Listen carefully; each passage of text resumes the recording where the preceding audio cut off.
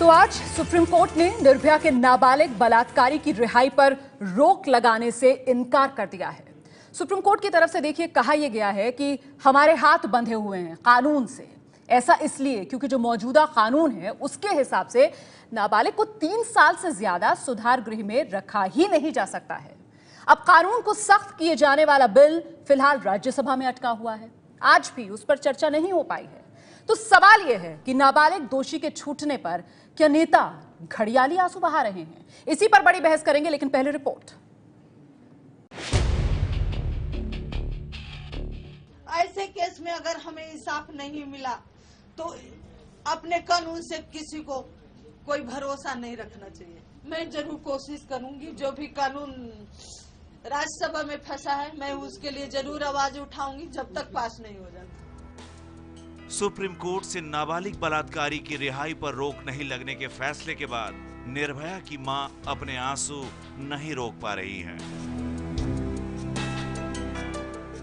पिता कह रहे हैं कि वो देश भर में आंदोलन करेंगे।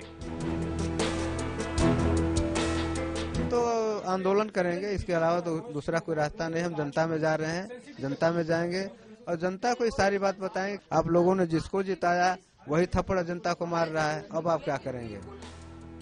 सुप्रीम कोर्ट ने आज नाबालिग की रिहाई पर रोक से इनकार कर दिया क्योंकि निर्भया के गुनहगार को जेल में रखने के लिए फिलहाल कोई कानून नहीं है।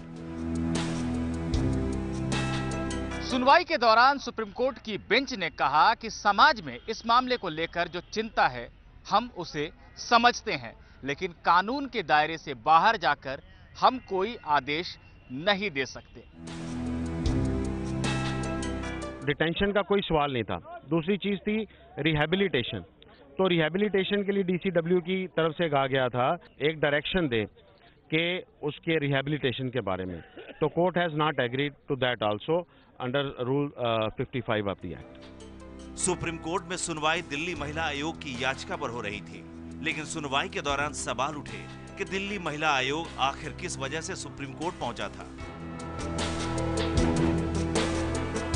दिल्ली गैंगरेप के नाबालिग दोषी की रिहाई से ठीक एक रात पहले दिल्ली महिला आयोग ने सुप्रीम कोर्ट का दरवाजा खटखटाया और यह दावा किया कि रिहाई को रुकवाने के लिए याचिका दाखिल की जा रही है। लेकिन अदालत में सुनवाई के दौरान दिल्ली महिला आयोग के वकील ने कहा कि हम रिहाई को रुकवाने के लिए नहीं बल्कि दोषी को सुधारने और उसके पुनर्वास की मांग करने सुप्रीम कोर्ट आए हैं। रिहैबिलिटेशन का जो प्रावधान है उसका जिक्र कर रहे थे, तो अदालत के बाहर कुछ और अंदर कुछ ऐसा देखने को मिला। मुझे लगता है आपने शायद ठीक से सुना नहीं।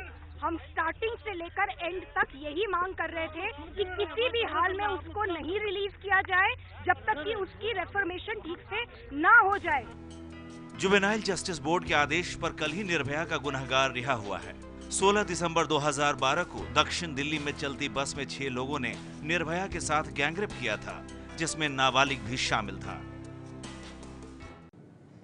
तो क्या महिला का बलात्कार और उसकी हत्या किशोर अपराध है या नहीं, या फिर अगर अपराध उम्र देखकर नहीं किया जाता है तो फिर सजा उम्र देखकर क्यों दी जाए? इन तमाम सवालों से ये जो बड़ी बहस है अब आगे बढ़ गई है। और आज इस बड़ी बहस में जिन सवालों की हम पड़ताल कर रहे हैं, आइए जरा जल्दी से उन सवालों पर एक नजर डालते हैं। बड़ी बहस में अहम सवाल जो हम पूछ रहे हैं वो ये कि निर्भया के दोषी की रिहाई पर नेता घड़ियाली आंसू क्यों बहा रहे हैं? हम क्यों घड़ियाली आंसू इन्हें करार दे रहे हैं, ये आगे बड़ी बहस में आप खुद समझ जाएंगे। बने रहिए आप हमारे साथ। साथ ही जब कानून बना ही नहीं है तो फिर राजनीति क्यों की जा रही है इस मुद्दे पर? क्योंकि कानून तो है ही नहीं। आखिर राजनीति करके क्या हित साधने की कोशिश नेताओं की तरफ से की जा रही है, इसकी पड़ताल हम करेंगे। और जघन्य अपराध में नाबालिग को सख्त सजा वाला कानून आखिर कब बनेगा, ये इस वक्त का ज्वलंत मुद्दा। और इन्हीं मुद्दों के जवाब टटोलने के लिए तमाम खास मेहमान इस वक्त हमारे साथ मौजूद हैं। शुरुआत में करना चाहूंगी आम आदमी पार्टी की तरफ से प्रीति मेनन जी हमारे साथ मौजूद है। प्रीति जी, ये निर्भया के केस पर घड़ियाली आंसू आम आदमी पार्टी की तरफ से क्यों बहाए जा रहे हैं? आई डोंट थिंक ये इतने सेंसिटिव और इतने इम्पोर्टेंट इशू को इस तरीके से आपको बात करनी चाहिए। आम आदमी पार्टी वह पार्टी है जो रास्ते पे उतरी थी निर्भया की लड़ाई लड़ने के लिए। आम आदमी पार्टी वो पार्टी है जिसने पहले ही एक मतलब इस देश की पहली पार्टी है जिसने एक स्पेशल सेशन रखा विमेन सेफ्टी पे। और जहां तक इसीलिए मैंने घड़ियाली आंसू शब्द का प्रयोग किया है। और देखिए, संवेदनशीलता इस मुद्दे की कितनी है, मैं भी एक महिला हूं, इसे हमसे अच्छी तरीके से और कोई नहीं समझ सकता है। अब जरा संवेदनशीलता से आगे बढ़ते हैं और ये जानने की कोशिश करते हैं कि जमीन पर हुआ क्या है। और अब मेरे सवाल का सीधा जवाब दीजिए, क्या आप और मैं अनजान थे इस बात से कि 3 साल से ज्यादा सजा दी नहीं जा सकती है जो किशोर है आरोपी, उसको, इस मामले में दोषी को? ऐसे में पहले से तैयारी क्यों नहीं की गई? मतलब रविवार को उसको रिहा होना है और शनिवार रात को आम आदमी पार्टी की तरफ से पूरा ड्रामा क्यों खेला जा रहा है? वो आम आदमी पार्टी की कोई भी उसमें दखल अंदाजी भी नहीं थी और कोई भी इन्वॉल्वमेंट नहीं थी। जो भी डीसीडब्ल्यू ने किया वो एक इंडिपेंडेंट बॉडी है। डीसीडब्ल्यू की जो चेयरपर्सन है स्वाति मालीवाल, वो बहुत ही काबिल एक्टिविस्ट है। पहली बार डीसीडब्ल्यू में एक एक्टिविस्ट चेयरपर्सन बनी है और पिछले 3-4 महीनों में ही हमने उनका काम देखा है। वो हर इशू को उठा रही है, हर इशू पे लड़ रही हैं। आज तक डीसीडब्ल्यू एक रिटायरमेंट पोस्ट होता था पॉलिटिशियंस के लिए। ये आपका नजरिया हो सकता है, लेकिन सामाजिक कार्यकर्ता रंजना कुमारी भी इस वक्त हमारे साथ मौजूद है। रंजना जी, प्रीति मेनन जी जो बात कह रही हैं, कि आप उससे सहमत हैं मैम? क्योंकि खुद जो पीड़ित परिवार है, जो निर्भया की मां है, वो ये बात कह रही है कि कोशिशें रिहाई ना हो इसी की देर से शुरू की गई। क्या कहेंगे आप मुझसे पूछ रहे हैं? मेरा नाम रंजीत रंजन है। जी नहीं, मैं रंजना कुमारी जी से पूछ रही हूँ। दिल्ली महिला आयोग, दिल्ली सरकार, देखिए बड़े दुख की बात है रुमाना कि ये दिल्ली महिला आयोग इस समय दिल्ली सरकार प्रचार आयोग बन गया है और जो भी उनकी प्रमुख हैं, बड़ी एक्टिविस्ट हैं। शायद मुझे तो 5 दिन जब मैं इंडिया गेट पर थी, ये कहीं दिखाई नहीं पड़ी थी जब हम लोग ज्योति सिंह के रेप के बाद प्रोटेस्ट कर रहे थे, ना ही वो आज उस समय जब हम लोग तमाम तरह के काम कर रहे हैं उनको रोकने के लिए, इस पूरी रिहाई को रोकने के लिए, वहां कहीं दिखाई नहीं पड़ी थी। खैर जो भी हो, जब ये मालूम है कि 3 साल में सुधार नहीं हुआ, इस सुधार की जिम्मेदारी दिल्ली सरकार की थी, क्योंकि जो इस समय बाल सुधार आयोग है वो दिल्ली सरकार के तहत चलता है। वहां कोई साइकियाट्रिस्ट नहीं है, वहां कोई साइकोलॉजिस्ट नहीं। क्या कोई उस जुवेनाइल जस्टिस बोर्ड कैसे काम कर रहा है इसका कभी कोई रिव्यू किया? क्या उन्होंने, चाहे 8 ही 10 महीने से क्लेम तो कर रहे हैं कि वो निर्भया के साथ पता नहीं कब से क्या वो उनकी माँ बाप के साथ कर रहे हैं, मैं उसमें नहीं पढ़ना चाहती हूँ। ये जो पॉलिटिकल ड्रामा है ये बंद होना चाहिए, क्योंकि पॉलिटिकल ड्रामा का ही ये हिस्सा है कि आप जानते हुए कि इसके पहले प्रिया हिंगोरानी सुप्रीम कोर्ट गई थी, वो खारिज हुआ था, जानते हुए कि हाई कोर्ट से ये खारिज हुआ। जुवेनाइल जस्टिस बोर्ड का जो जुरिस्डिक्शन है, जो उनकी जो पावर है, उसमें कोर्ट की दखल अंदाजी हो ही नहीं सकती है। ये बात सबको मालूम है, जो लोग चाहे चाइल्ड राइट्स का, अगर महिला आयोग को ये बात नहीं मालूम है तो बड़े दुख की बात है कि महिला आयोग बन के बैठे हुए हैं, लेकिन उनको ये बात नहीं सी बात। तो ये राजनीतिक प्रचारबाजी, ये राजनीतिक प्रचारबाजी बंद होनी चाहिए। विजय विद्रोही का सवाल, रंजना जी आप ही से विजय विद्रोही का एक सवाल है, जरा सवाल सुन लीजिए। जी विजय। कुछ रंजना जी, 70 के दशक में जब रेप के खिलाफ कानून बहुत कम हुआ करते थे, तब रेप को लेकर कन्विक्शन रेट, अगर मैं ठीक हूं तो करीब 35-40% के आसपास हुआ करता था। उसके बाद से लगातार जब रेप को लेकर सख्त कानून बनने लगे, महिला आयोग का गठन और बाकी तमाम कानून बनने लगे, उसके बाद से कन्विक्शन रेट लगातार कम होता चला गया है। निर्भया कांड से हमें एक संकेत मिला कि इस दिशा में काम होना चाहिए। अब शायद 22-23% कन्विक्शन रेट है और सच्चे अर्थ में देखा जाए तो सिंगल डिजिट में आ गया है। इतने सख्त कानून और कन्विक्शन रेट का कम होना, आपको नहीं लगता कि पूरी तमाम राजनीतिक व्यवस्था, तमाम महिला संगठन इस मामले में कहीं ना कहीं परास्त हुए? सब कटघरे में खड़े हुए। मैं आ रही हूँ रंजना जी आपके पास, लेकिन उससे पहले रंजीता रंजन कांग्रेस की तरफ से हमारे साथ मौजूद है। रंजीता रंजन जी, आपको इस लापरवाही के लिए, आपके दल को इस लापरवाही के लिए जिम्मेदार? मुझसे एक बात कहने दो, मुझसे प्रश्न पूछा, मुझे जवाब देने दो रुमाना। कहिए। मैं ये कह रही हूँ रुमाना कि जब अन्याय ही न्याय बन जाए तो देश की महिला, देश की बच्ची क्या करेगी? तुम हमें बता, ये हम प्रश्न करने। और बिल्कुल सच है, कन्विक्शन रेट कम हुआ है। ना तो फोरेंसिक लेबोरेटरी है जहां इन्वेस्टिगेशन ढंग से हो सके, आधे से ज्यादा सैंपल खराब हो जाते हैं, प्रूव ही नहीं हो पाता है कि रेप हुआ था कि नहीं हुआ था। उसके अलावा पुलिस की इंसेंसिटिविटी में कहाँ कमी आई है? वर्मा कमीशन के बावजूद अभी हाल में एक लड़की को द्वारिका, एक जर्नलिस्ट को द्वारिका में छेड़छाड़ कर रहे थे, जब वो गई पुलिस स्टेशन पर तो पुलिस वाले ने कह दिया इतनी रात बड़े सवाल छोड़कर हम इसी में उलझे हुए हैं। 3 साल को लेकर मैं आऊंगी आपके पास, जो आऊंगी मैम आपके पास। आप जो बात कह रही है वही बहुत अहम बात। न्याय देना चाहता कौन है? हम जानना इंतजार तो इस बात का हो रहा था ना कि जो निर्भया केस है कहीं ना कहीं वो नजीर बनकर सामने आएगा, वो नजीर बनेगा, वो मिसाल बनेगा, इससे कुछ सबक सीखा जाएगा। इसी से जुड़ा हुआ मेरा सवाल है, रंजना कुमारी जी, आपके दल की लापरवाही क्यों ना मानी जाए कि मिसाल नहीं बनने दी? सबक आया, सबक ये कि पॉलिटिक्स होगी। रंजीता रंजन जी जवाब दीजिए। हाँ जी बोलिए मैम, आपकी पार्टी का क्यों ना इसमें लापरवाही आपकी पार्टी की तरफ से हुई है, ये बात क्यों ना मानी जाए इसमें? देखिए, सबसे पहले बता दूं, जिस लापरवाही की बात कर रहे हैं और जिस तरह से निर्भया के माँ बाप को, मैं तो कहूंगी कि इस पूरी राजनीति में घसीटा जा रहा है, इन्वॉल्व किया जा रहा है, और किसी को शर्म नहीं आ रही है कि जिस बच्ची के साथ रेप हुआ, जिस माँ को आप लोग यूज कर रहे हैं, कहीं महिला आयोग यूज कर रहा है, कभी दिल्ली सरकार यूज कर रही है, ये पॉलिटिकल मामला नहीं है। हर व्यक्ति जानता है, जो आप कह रहे हैं कि कांग्रेस लापरवाही कर रहे हैं, 1.5 साल पहले जुवेनाइल एक्ट का बिल आया, वो बिल पास भी हो जाता तो इस दुष्कर्मी पे कोई इफेक्ट नहीं पड़ना था। पहली बात तो ये है। दूसरा, जितनी चिल्लाहट ये दिल्ली सरकार और सेंट्रल अगर ये कोशिश में जिम्मेदारी दे रही है कि कांग्रेस की, प्लीज कांग्रेस की, 1 मिनट सुनिए आप, कि कांग्रेस की लापरवाही है, ये लापरवाही या उसकी जिम्मेदारी, उसकी जिम्मेदारी का वक्त नहीं है। मैम, ये असली चेहरा है, ये असली चेहरा है जो राजनीतिक दलों का अक्रॉस पार्टी लाइन खुलकर सामने आ रहा है कि महिला सुरक्षा से जुड़ा हुआ एक मुद्दा, और देखिए किस तरीके से बेनकाब हो रहे राजनीतिक दल। मैं आऊंगी आपके पास, लेकिन फिलहाल बड़ी खबर आ रही है, हम सीधे रुक करेंगे। किशोर हमारे साथ मौजूद है। किशोर, क्या है खबर? ब्रेकिंग न्यूज, बड़ी खबर आ रही है। अरविंद केजरीवाल ने ट्वीट किया है ट्विटर पर, जो अरुण जेटली ने उनके खिलाफ मुकदमा करने की बात की है, तो उसके केस पर, उस केस पर जवाब दिया है केजरीवाल ने कि केस करके डराने की कोशिश न करें जेटली, हमें डराने की कोशिश न करें। अरुण जेटली ने आज मानहानि का केस किया है, तो अरविंद केजरीवाल ने ट्विटर पर लिखा है कि कोर्ट में केस करके जेटली जी हमें डराने की कोशिश न करें, भ्रष्टाचार के खिलाफ हमारी जंग जारी रहेगी। जेटली जी को जांच आयोग के साथ सहयोग करना चाहिए और वहां खुद को निर्दोष साबित करना चाहिए। जांच आयोग यानी वो जांच आयोग जो डीडीसीए की जांच करेगा। बीजेपी की तरफ से नुपुर शर्मा। नुपुर, क्यों ना कहा जाए कि आपकी पार्टी भी निर्भया के मुद्दे पर घड़ियाली आंसू बहा रही है?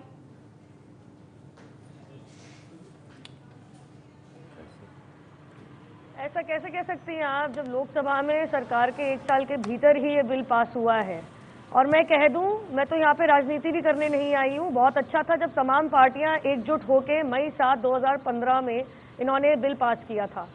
लेकिन अब आप बिल्कुल सही कह रही हैं कि अब इस पे बहुत राजनीतिकरण हो रहा है। मैं दोबारा आपको एक बात बता दूं, हमारी जो विमेन एंड चाइल्ड डेवलपमेंट की मंत्री हैं, उनको कल ही किसी को मैंने कहा है कि उनको किसी प्रॉम्प्टिंग की जरूरत नहीं पड़ी, वो अपने आप इस बात को उन्होंने मुद्दा बनाया कि उसका रिलीज होना ठीक नहीं है। लेकिन हम क्या कर सकते हैं जब कानून ही नहीं कहता कि भाई आप 3 साल के बाद, और ये मैंडेटरी है, ये shall, the word is shall in the preamble, कि आपको उसको छोड़ना ही छोड़ना पड़ेगा। वो बात आपकी अपनी जगह बिल्कुल सही है, लेकिन बात तो ये थी ना कि इस निर्भया कांड से एक सबक लिया जाएगा, इस निर्भया कांड को एक मिसाल बनाया जाएगा। 2012 के बाद आज तक ये कानून क्यों नहीं बना? राज्यसभा में ये क्यों अटका हुआ है कानून? आप खुद कह रही हैं कि आप सही कह रही हैं, राजनीति हो रही है इस मुद्दे पर। कौन कर रहा है राजनीति? नुपुर, जवाब दीजिए। करने दीजिए। मैं अगर बोलूंगी, रोमाना जी अगर मैं बोलूंगी तो आप कहेंगे कि राजनीतिकरण कर रही हूँ। 3 बार मई 2015 से आज हम दिसंबर 21 तारीख में बैठे हैं 2015 के, ये हर राज्यसभा के सेशन में लिस्ट हुआ है। ये इस सेशन में 3 बार लिस्टेड हो चुका है। आज भी सप्लीमेंट्री बिल में ये इंट्रोड्यूस हुआ है, ये आज भी सप्लीमेंट्री लिस्ट में इंट्रोड्यूस हुआ है, ये ऐड हुआ है ये बिल। जब यहाँ वेंकैया नायडू जी ने कहा कि आज करो इस बिल को पास, और आज बिना डिस्कशन के पास करो। लेकिन LOP, I am sorry to say, नहीं, पहले SC ST बिल पास होना ज्यादा जरूरी है। ये स्टेटमेंट आ चुकी है, आप भी इसको सर्च करके पढ़ सकती हैं। अब कल जाके ये बिल लगा है, लिस्ट हुआ है मेन लिस्ट के अंदर। मैं माफी चाहती हूँ, इसमें तो सारे जितने भी यहाँ पे हमारे सांसद थे, किसी का निजी मामला चल रहा है किसी कोर्ट में, आप इसलिए आप सांसद को स्थगित कर रहे हैं। ठीक है, इसमें जब सरकार का कोई लेना देना नहीं है, सांसदों को जवाब देते हैं ना। रंजीत रंजन कांग्रेस की तरफ से हमारे साथ मौजूद है। रंजीत रंजन जी को बस नाम ही नहीं लगी कांग्रेस की, बाकी सारी जिम्मेदारी कांग्रेस पर डाल रही है। नुपुर शर्मा, देखिए, मैं किसी बहस पे नहीं जाऊंगी।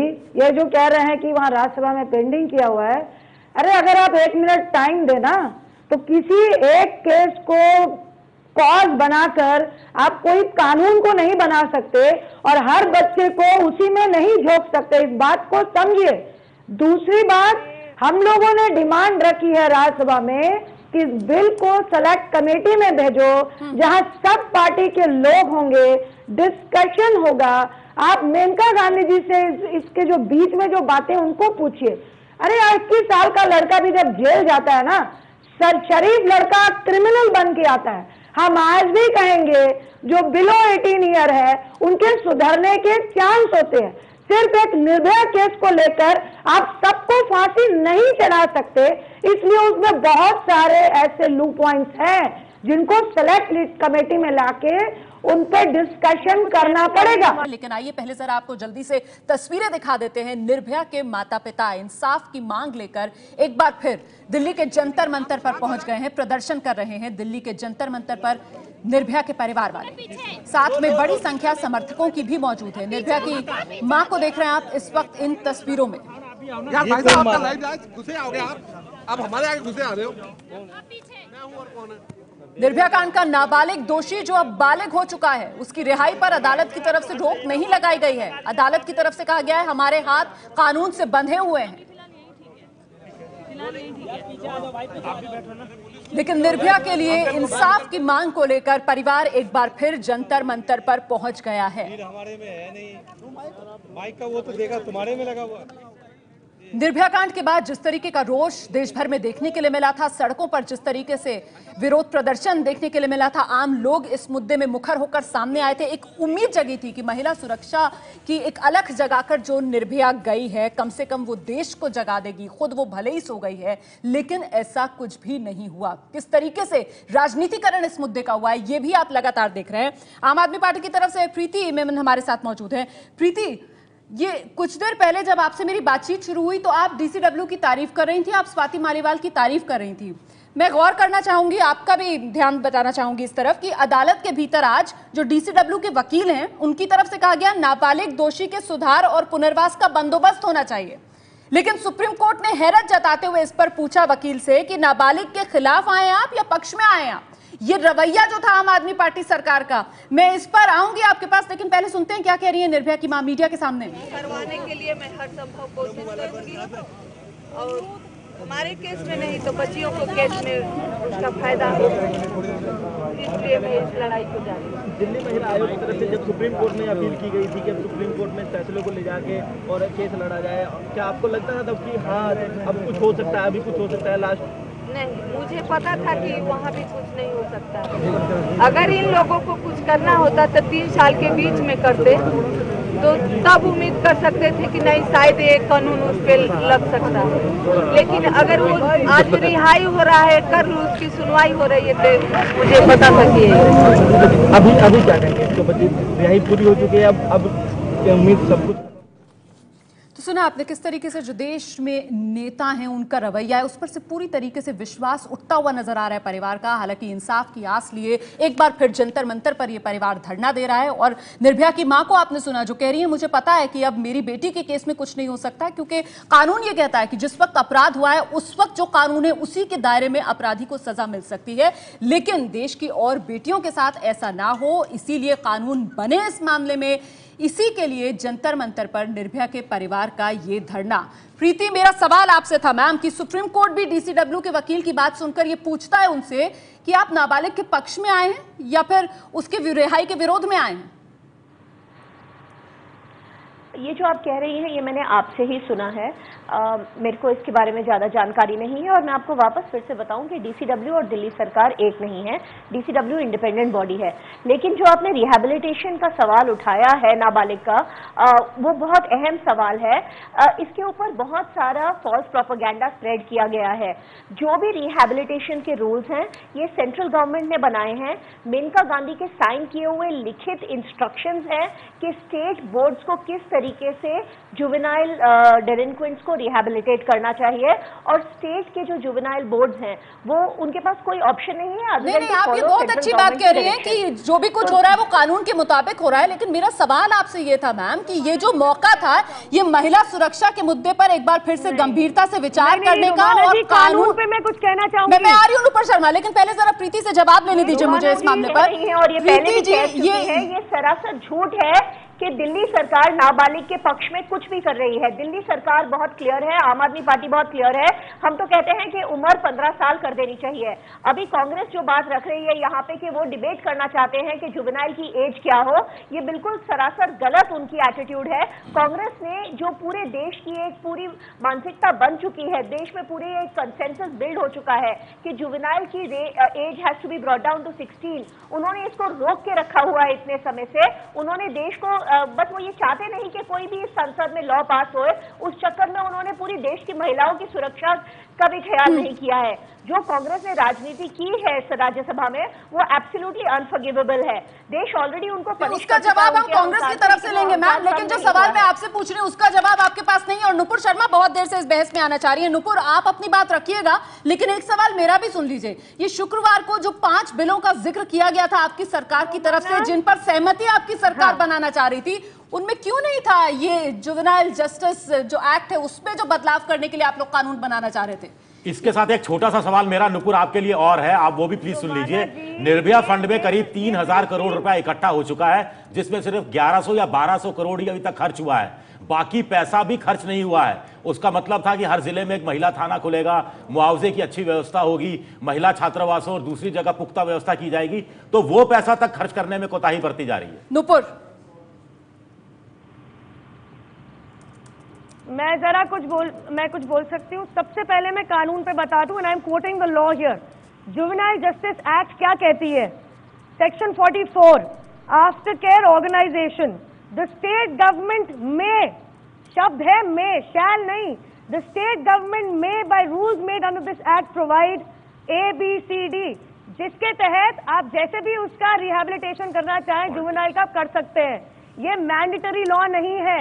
वो जुवेनाइल को रिहा करना एक मैंडेटरी कानून है। उसमें 10,000 रुपए देना और सिलाई की मशीन देना, सॉरी, प्रदेश की सरकार चाहे ना चाहे इन्होंने फिर भी दिया। माफ कीजिए, सुप्रीम कोर्ट ने आज जो कहा है वो ये सब जानते हुए कहा है। नहीं, आप प्रीति जी प्लीज, आपको लॉ पढ़ना नहीं आता प्रीति जी, मैं उसमें कुछ नहीं कर सकती। प्रीति जी, मैं आपके बीच में नहीं बोली, आप मेरे बीच में ना बोले। प्रीति जी जरा सा संयम बरतें। महिला सुरक्षा से जुड़ा हुआ ये मुद्दा है, हमें ये नहीं भूलना चाहिए कितना संवेदनशील ये मुद्दा। मैं इसीलिए कह रही हूँ आप लोगों से कि जरा संयम के साथ अपनी बात रखिए। नुपुर, आप अपनी बात रखिए। मैं इतना जानती हूँ। रोमाना जी, मैं अब आपका जवाब दे दूं? अगर बहस करा रही हो तो अपनी बात कहने का मौका दो। अलग चीज है, एक मैंडेटरी होता है और एक डिस्क्रिशनरी होता है।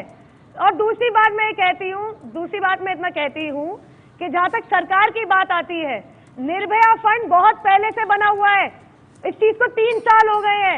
हमारी सरकार ने कम से कम 1.5 साल में खर्चा कर तो रही है, और हमारे प्रधानमंत्री ने भी कहा है कि हमें शर्मिंदा होना चाहिए, हमें रात को नींद कैसे आएगी। राजनीतिकरण करने की बात नहीं है। 3 बार ये बिल पहले लिस्ट हो चुका है, अभी भी कह रहे हैं SC/ST बिल को पहले पास करना जरूरी है। मैं और क्या कह रही हूँ आप लोगों से? प्रायोरिटी में नहीं है आपकी सरकार की प्रायोरिटी पर ये बिल नहीं है। शुक्रवार को जिन 5 बिलों का जिक्र किया जाता है वहां पर कहीं ये बिल गिनती में नहीं है। मैं तो आपसे सवाल पूछ रही हूँ। समय में और निर्भया ना हो, हम जैसी महिलाओं के साथ दुष्कर्म हो और हमारे को न्याय ना मिले, ऐसा ना हो, इसीलिए ये बिल पास होना जरूरी है। आज भी राजनीतिकरण करना जरूरी था जब ये सप्लीमेंट्री लिस्ट में आया। मेरा सवाल का जवाब दीजिए। रंजीता जी की बात सुन रही हूँ, बहस और बहाने तो बहुत है। अभी तक नेशनल हेराल्ड को लेके ये राज्यसभा को चलने नहीं दे रहे। क्यों? एक परिवार की वजह से जवाब लेते हैं, जवाब लेते हैं नुपुर, जवाब लेते हैं। की वजह से आप हमारे देश को रोक रहे हैं। नुपुर, तो कम से कम आप भी तो अपनी गलती मानिए ना कि ठीक है, वक्त रहते आप लोगों ने भी कदम नहीं उठाया ना। अब आज जाकर आप लोग भी ये बिल लेकर आ रहे राज्यसभा में, तो जरा अपने गिरबान में भी झांकने की जरूरत है। और जो सवाल आप पूछ रही है मैं उसका जवाब देती हूँ रंजीता रंजन जी से। रंजीत जी, जवाब दीजिए जो सवाल उठा रहे हैं। पास करने के लिए नंबर चाहिए। राज्यसभा में ज्यादा नंबर कांग्रेस पार्टी के हैं। नंबर है, कम से कम अपनी प्राथमिकता की लिस्ट सोनिया में गांधी तो को चाय पे बुला रखिए। लेती इस रंजीत बिल को रंजन जी लेकर। जवाब दीजिए। लोकसभा में हमारे नंबर है तभी बिल पास हुआ है। लोकसभा में ज्यादातर हमारे नहीं तो 2.5 साल क्यों लगते? 2.5 साल क्यों लगते बताइए? ठीक है नुपुर, रंजीत रंजन को भी उनकी बात रखने दीजिए। रंजीत रंजन की जरा बात सुनते हैं।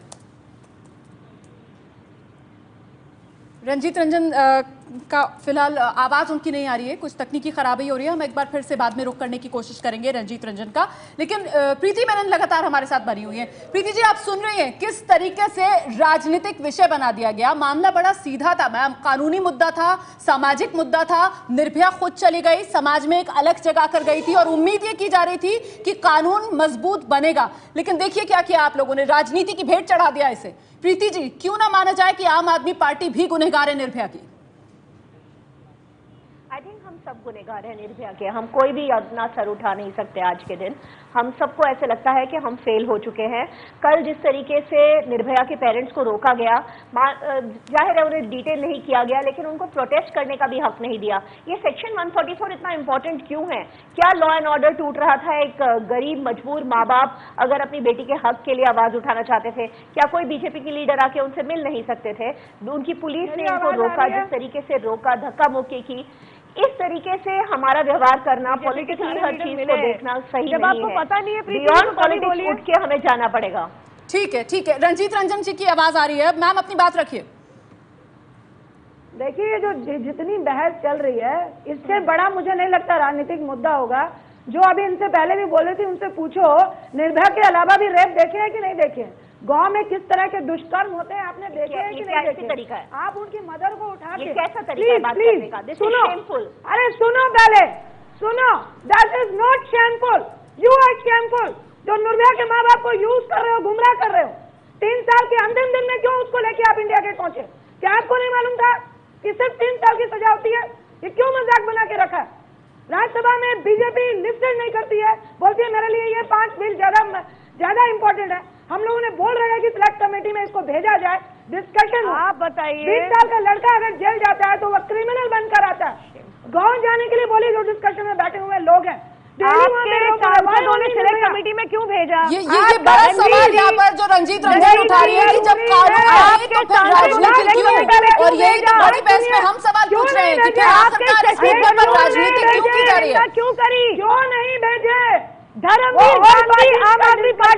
मैं विजय विद्रोही आपसे समझना चाहूंगी, क्या लग रहा है आपको, निर्भया को जो इंसाफ मिलना चाहिए था सीधे सीधे देश की राजनीति की भेंट चढ़ गया?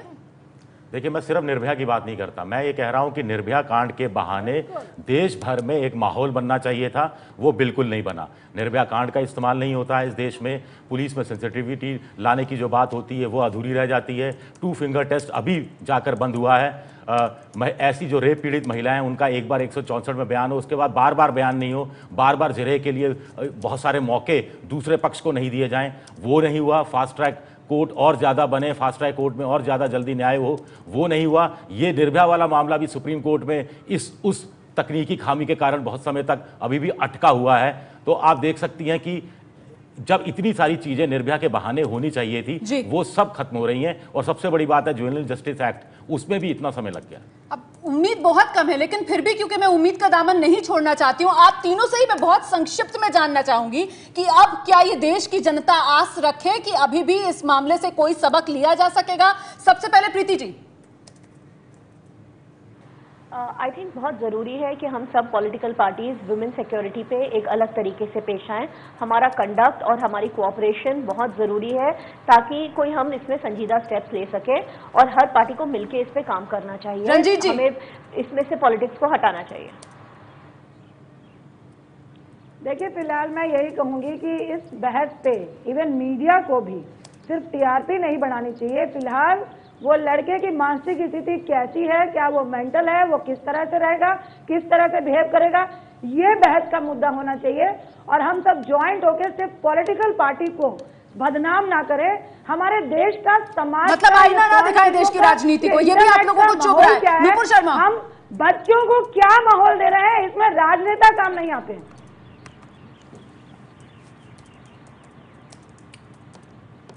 देखिए, मैं रोमाना जी इतना कहना चाहूंगी सरकार ने आज भी कहा है अमेंडमेंट तो होते रहेंगे, समय समय की बात है, बिना बहस के भी पास कर दो। मेरे हिसाब से जितनी भी हमारी महिला सांसदें हैं ऊपर, जो राज्यसभा लोकसभा में बैठती हैं, जितनी भी हमारे मंत्री हैं, सबको एकजुट होकर इसको पुश करके पास करना चाहिए, जैसे लोकसभा में हुआ ये मई 2015 में। और मैं एक और बात कहना चाहूंगी, इतनी बहस हो चुकी है महिलाओं के खिलाफ दुष्कर्मों को लेके, लेकिन घूम फिर के बात एक पे आती है कि एक बच्चे की, जो बच्चा लड़का पैदा होता है, उसकी परवरिश कैसे होती है। कोई स्कूल की किताब आपको ये नहीं सिखाती तमाम हो सकती है जो फिलहाल गिनाई जा सकती है, लेकिन फिलहाल बहुत बहुत शुक्रिया आप सभी का हमारे साथ बने रहने के लिए। तो कुल मिलाकर जिस तरीके की एकजुटता इन तमाम राजनीतिक दलों में देखने के लिए मिल रही थी, निर्भया कांड के बाद जो लोगों में गुस्सा था उसे भुनाने की, अब निर्भया को इंसाफ मिले उस दिशा में वैसी एकजुटता नजर नहीं आ रही है। निचोड़ क्या निकला है इस बहस से? महिला सुरक्षा को लेकर कोई भी दल गंभीर नहीं है। गंभीर होते तो अभी तक बिल पास हो चुका होता।